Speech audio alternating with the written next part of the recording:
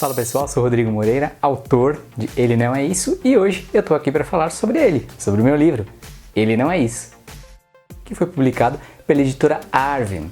Como muitos já sabem, a pré-venda teve início no dia 16 agora de fevereiro. É importante falar que foi desse ano, porque se vocês assistirem esse vídeo no ano que vem, então já não vai estar mais valendo a pré-venda. Enfim, o período de pré-venda é de 45 dias e depois disso os livros vão ser distribuídos. Você vai receber o seu livro bonitinho, querido livro, lá na sua casa, devidamente autografado, sim. Eu vou autografar cada um deles. Quanto ao lançamento, eu ainda não sei a data, mas eu prometo que quando eu souber, eu vou divulgar rapidinho, mais do que rápido para todo mundo, certo? Bom, o fato é que vai ser aqui em alguma livraria de São Paulo, capital. Enfim, vamos lá. Longe de falar para você comprar, não que eu não queira, mas antes dessa decisão, eu entendo que é preciso que você se interesse pela obra. E por isso eu quero apresentá-la a você, leitor. Fornecer argumentos para que você se interesse, pois o meu desejo é que você se delicie com essa obra durante a sua aventura literária, certo? Eu quero começar essa experiência, Ele Não É Isso, mas sem spoilers. Fiquem tranquilos, eu vou falar rapidamente sobre a sinopse, cenário, como surgiu a ideia, a minha crença ao contar essa história, os conceitos que eu usei, a narrativa, personagens e como a minha vida se cruza com a obra. Bom, vamos lá, começar pela sinopse. A história toda gira em torno de Matias, que é o personagem, o protagonista, o personagem principal, e o seu filho, Júnior.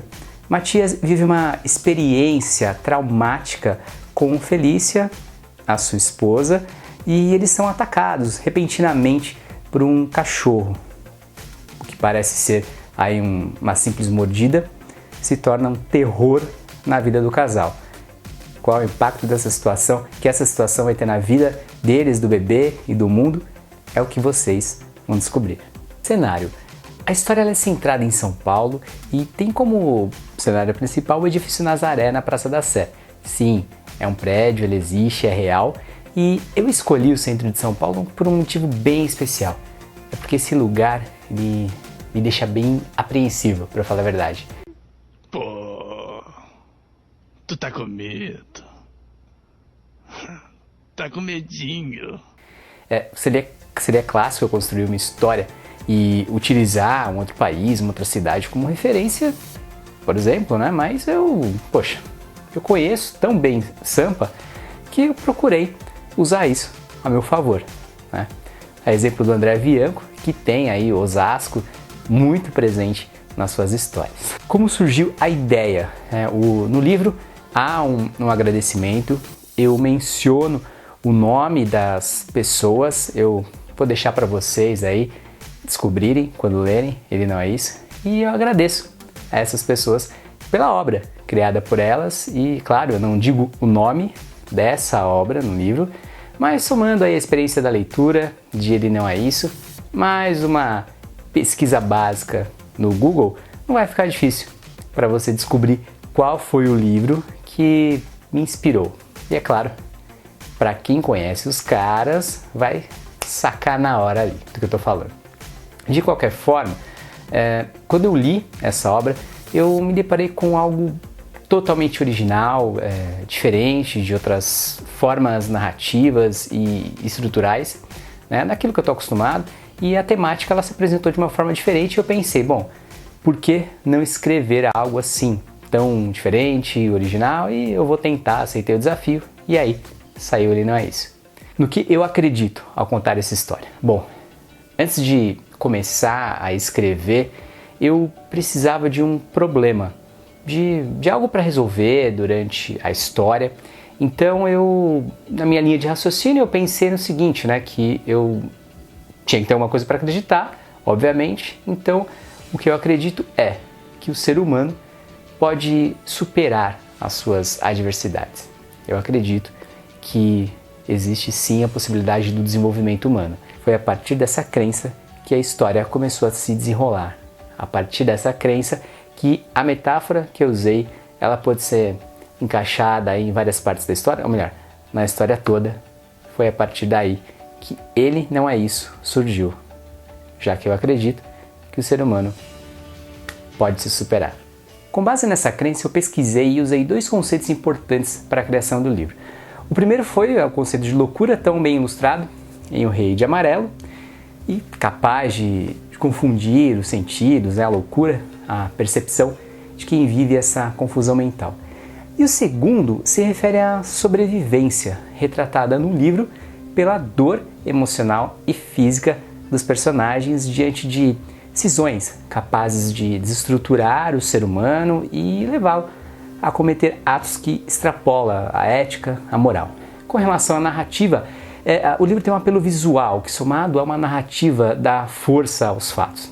Essa narrativa ela foi desenvolvida por conflitos e laços dolorosos conectados à construção dos personagens, o que permite que as suas histórias de vida, acontecimentos passados, se encaixem no presente e facilite a você, leitor, entrar na mente de cada um desses personagens. Agora vamos falar dos personagens. Para que fosse possível dar vida a cada um deles, eu construí suas personalidades. Fazendo isso, eu cheguei nos arquétipos e vice-versa.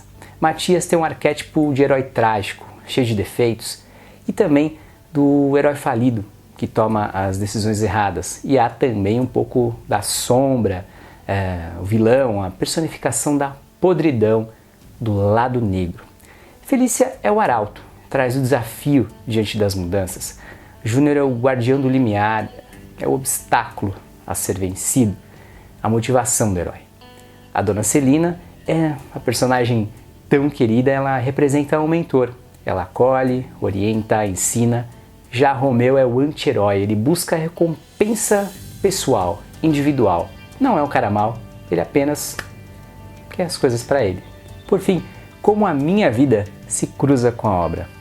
Toda obra ela é uma projeção do seu criador, do seu autor. Eu já falei isso antes. Tudo que criamos tem um pouco de nós ali, das nossas projeções.